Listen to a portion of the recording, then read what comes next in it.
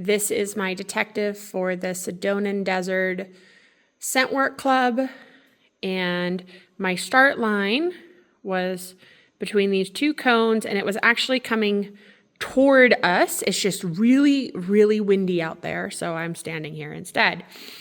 My interior hides, I had one right here.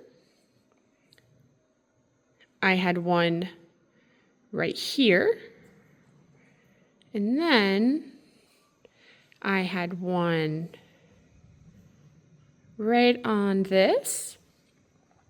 And I had one inaccessible under the podium. So those were the 4 that I had in here.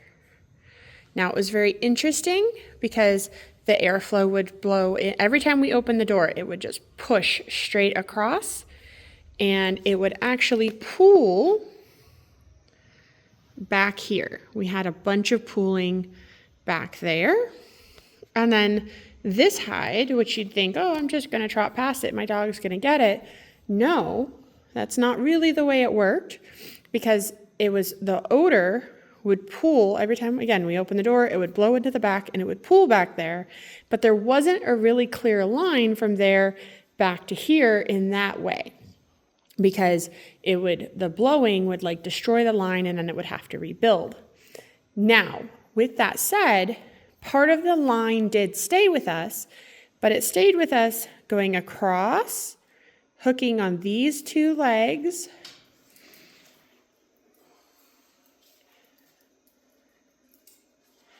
and then hooking on this leg along the top, and then the farthest leg. It did not keep continuity going this way. So a lot of dogs would go trot, trot, trot, trot, trot through here, and they wouldn't really get anything. They had to get it this way where it had something to catch on, or they had to come up in between, or they had to actually go to the table itself and work a piece of the table.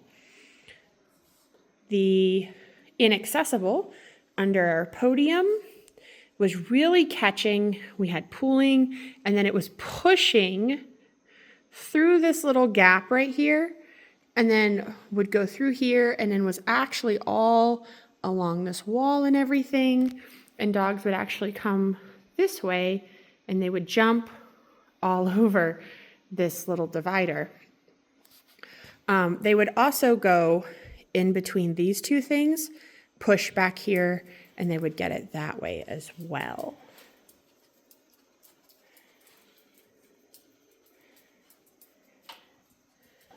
But some dogs just trotted through here, turned around, and came back out, depending on how they worked it. So there was some really clear spaces, but you had to push either into the corner just a little bit, or they would come around and then actually work up and then back in.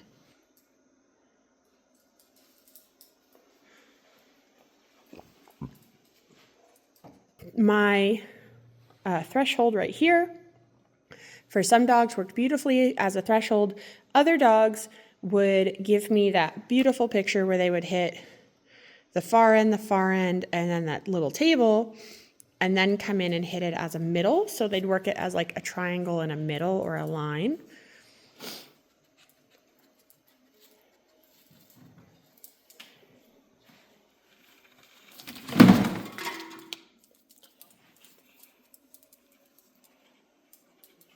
And then this one that was here was pretty easy for the dogs that comparatively. So picture-wise, for most dogs, they hit this one by just trotting past, head snap back into it, and they would hit it.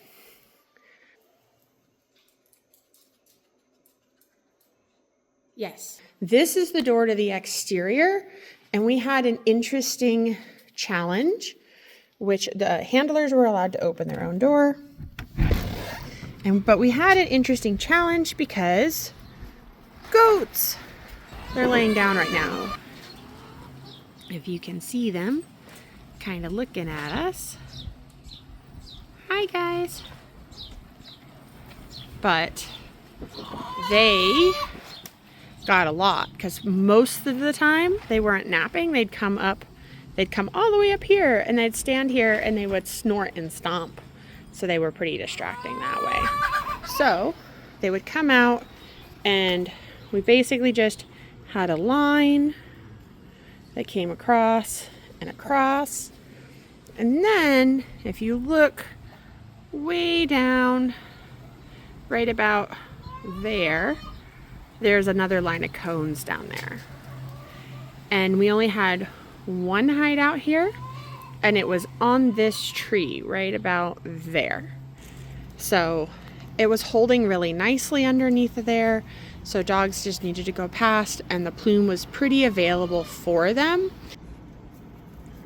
So that was my detective, and I think overall people did a fantastic job. I was really proud of people and the way they were working this. Some fun challenges, some unique environmental things to work through, and people handled it really well. Happy hunting!